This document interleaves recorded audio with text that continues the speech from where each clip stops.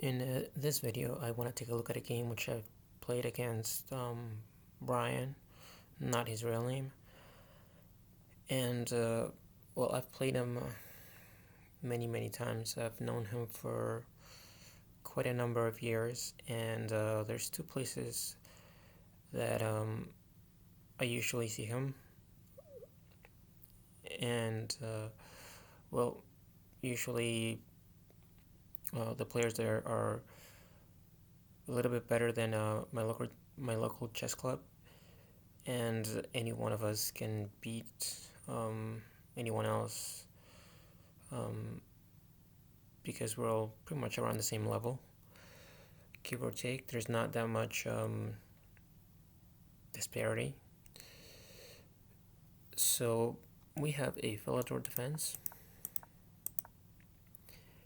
and here he played knight c3. I'm not sure if he was trying to avoid theory because, well, he has in the past fallen for some of my preparation, and not in this opening, in different openings. And, well, that's one of the things that happens when you played someone several dozen times. I mean, I would not be surprised if we've played over 100 games.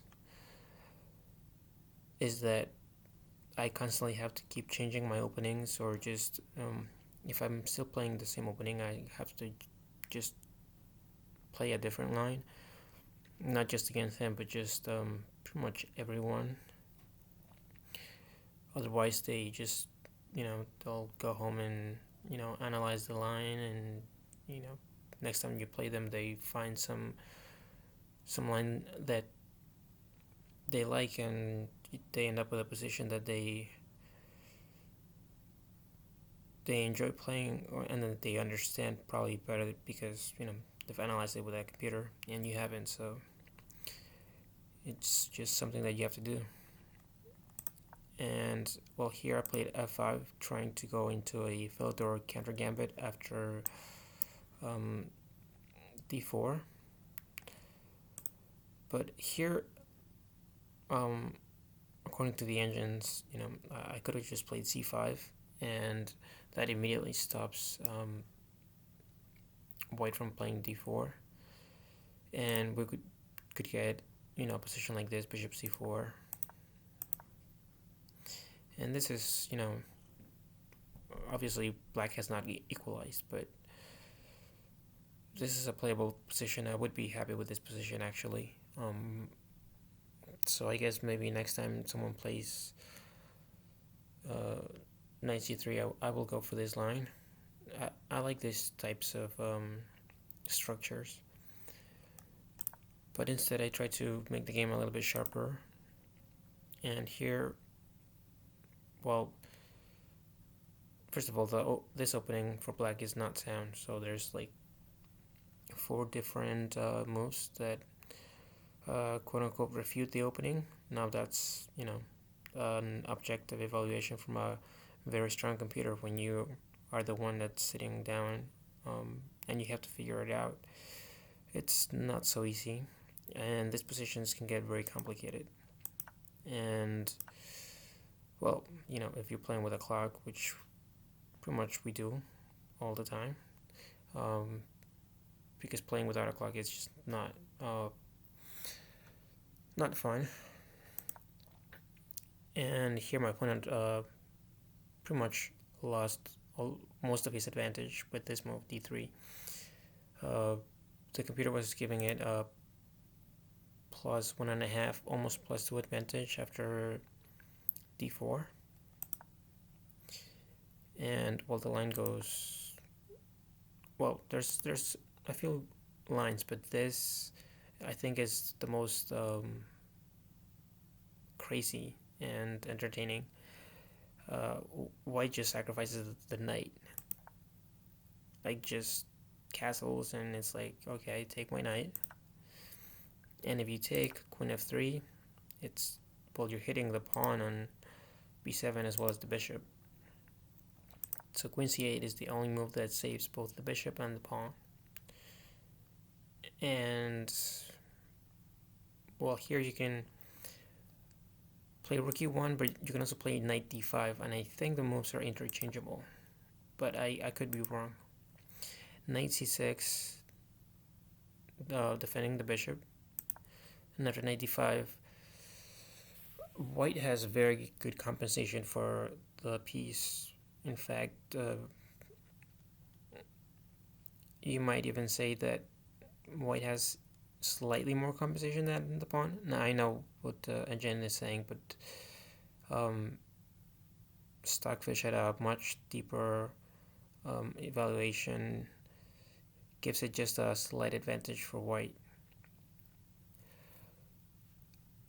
So this is certainly some position that I would rather have white in, even though it's the whole piece. You know, in some lines of the King's Gambit, you sacrifice a whole piece just to get the attack going. So defending this, I wouldn't be so thrilled about it, but you know, I mean, you're up a piece, so if you can figure out a way to not get crushed in the next 5 to maybe 10 moves, then I think you're doing pretty well. But that's a pretty big if. And here my opponent played a move which I would tell my students not to play, knight d5. Yes, the engine says it's like the second best move, but it just, again, violates the principle of developing pieces, and as you will see in a few moves, black actually ends up better. And well, this is one of the moves that I think leads black to have a better position. What I would play would be castles. What I would recommend to my students would be castles. Either that or play something like bishop e3, queen d2, and castles queenside. Now after knight d5, I have the option of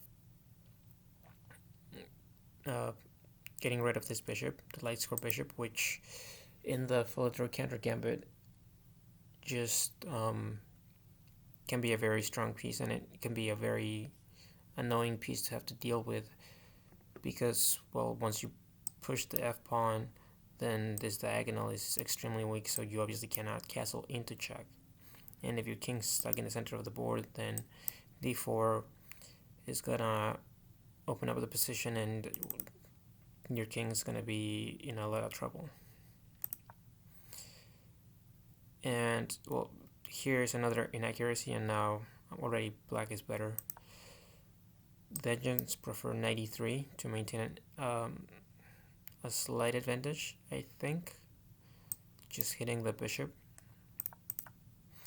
But here I was just happy because, well, now I have a light score bishop, and my opponent does not. And after knight f6, my opponent took on e7, getting rid of my bishop, so I would not have the pair of bishops. But if you notice, this knight has moved twice, whereas this bishop has only moved once. So I'm getting pretty much tempo, and, well, this knight that was on b1 just disappeared from the board. And this bishop is being replaced by another piece. So after it takes, queen takes, well, the knight just disappeared, and you still have undeveloped pieces, only one piece developed, and the queen replaced the bishop, which means I have 3 pieces developed against 1. And not only that, I have the semi-open f-file to attack, and I also have a better control of the center because I have a pawn on the 5th rank, and, well, only this pawn is on the 3rd rank, which, you know, it's not as advanced. So also my pawn structure is better when it has these doubled pawns.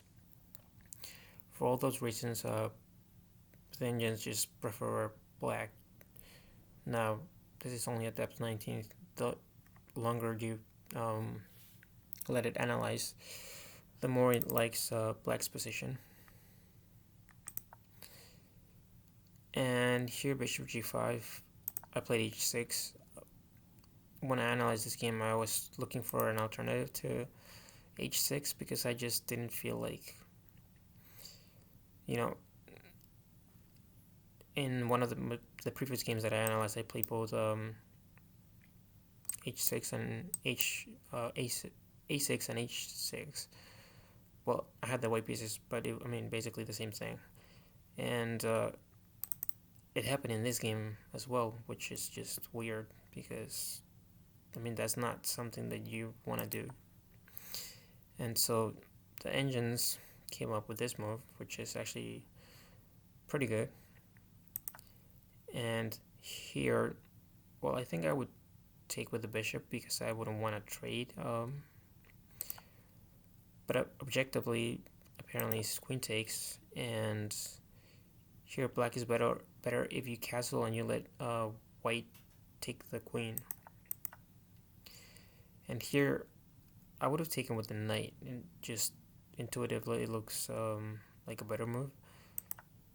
But actually, after taking with the knight, you don't really have an advantage. You have to take with the bishop, and here the engines say just castle. Just forget about the pawn, which I just don't really understand the logic behind that, because after castling,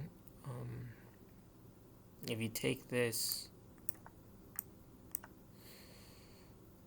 well, I guess you could put the rook here and then you capture this pawn, but you could also take the knight, and now the pawn structure looks really bad.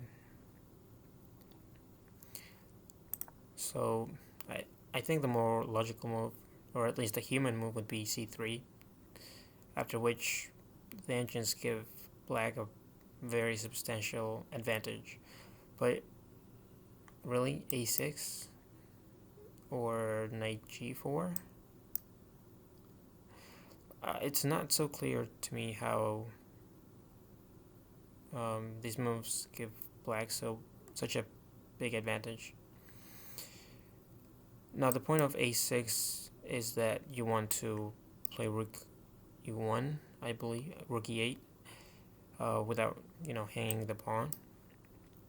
But I don't know if it's fast enough. So h6, and my opponent didn't want to give up the bishop. So after e3, again I played these two moves, which I don't like doing, but I had to because, well, my opponent was trying to capture the pawn, and playing b6, I just didn't want to have to play this move, because now if I ever end up trading this bishop, then my light scores are going to be very weak. I mean, this diagonal is going to be weak, this diagonal is going to be weak, this diagonal, this diagonal, this one as well. So it's just like, no.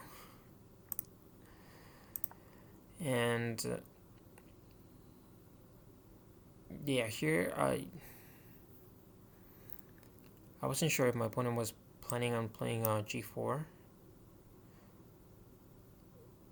I mean, I guess he could do it right away, but more logical would be to play queen d2 and then g4. That way, if I open up the center and start pushing the pawns, he has the option of castling queenside.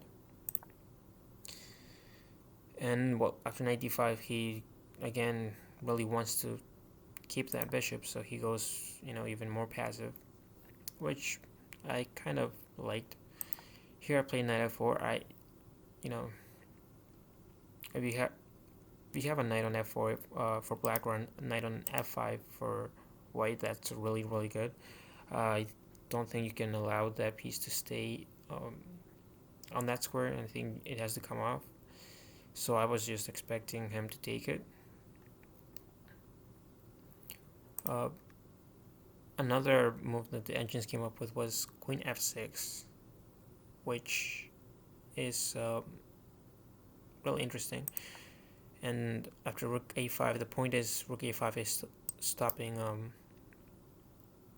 this move, e4, which is also as one of the suggestions. Instead of queen f6, just playing e4 immediately. And here you castle queenside, and you get, one of my favorite types of positions when you castle on opposite sides. But here, after g5, if you're a computer, you can defend this, but I feel like the black attack with the pawns is coming a lot faster than white's. So unless black can successfully play d4 and break open the center, I think the king side attack is going to be decisive, which is what the computer suggests. And here my opponent played g5, which, okay, no surprise there, he played h3. And here I thought for quite a while.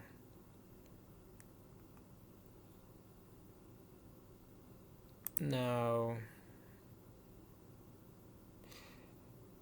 yeah, this is what I was expecting. Expecting him to take the knight and after check, something like queen e2, g5, and the position is pretty much equal. The only real imbalance is that it's a knight against the bishop. Everything else is pretty much the same. Once the queens get traded, I don't think either one of the kings is in any danger, and the endgame should be decided by whomever has, I guess, better endgame technique.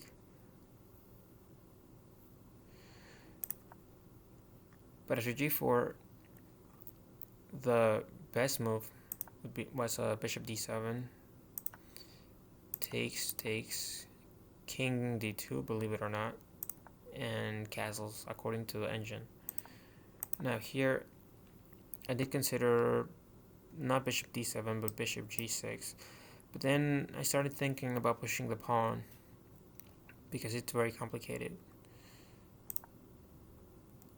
And here, because e4 pretty much, well, once you push the pawn, this knight is no longer defended. So white could just take the knight or take the bishop, but then you have to calculate pawn takes, knight with check. So it starts to get pretty interesting. And well, I spent maybe 2 minutes on this move, which is a lot considering it was a 10-minute game. But I was just making sure I wasn't blundering anything. If it's a long line that you calculate, you really want to make sure you don't blunder something at the end. And here my opponent blundered by taking on f5. He had to take the knight, and after this, white is just better, apparently.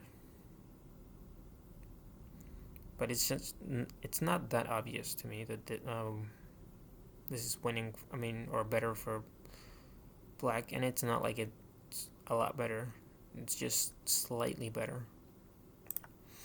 But after takes, I took check. Obviously, you cannot block it with any. Well, if you block it with a queen, you just get mated.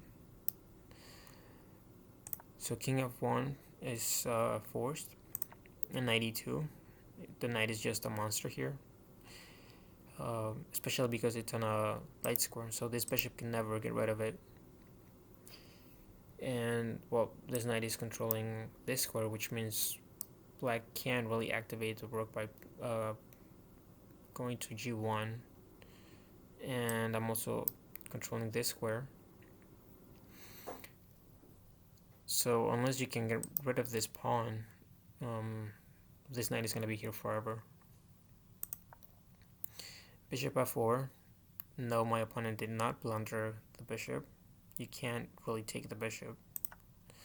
This would be a mistake because after queen f3,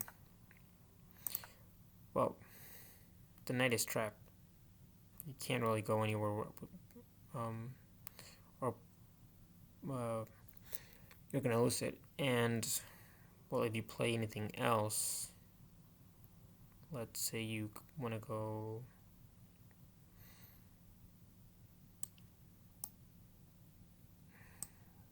I don't know, here, rook d1, and you're losing the queen.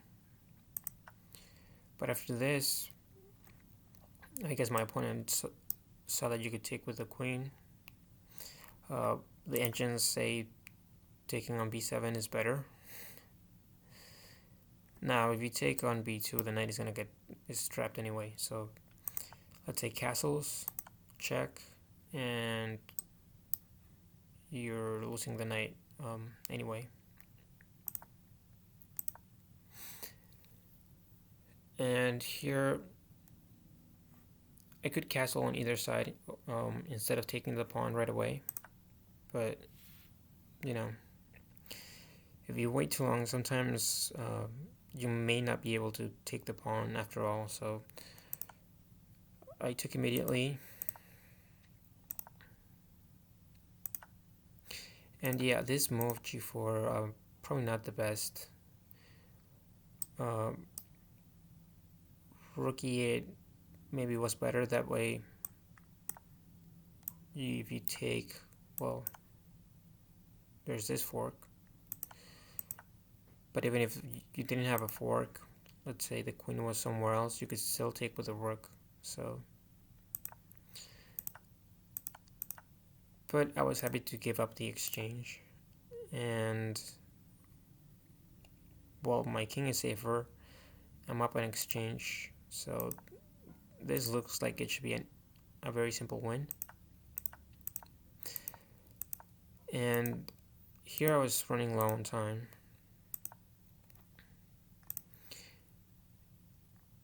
Now the way to break open the position here is actually to play d4, which, okay, obviously I did not see this. The point is, if you take, now there's double isolated pawns. And this pawn is also isolated, so pretty much the whole structure is just terrible for white. And well, this should be a simple win because you have too many weaknesses with white, and the evaluation proves it.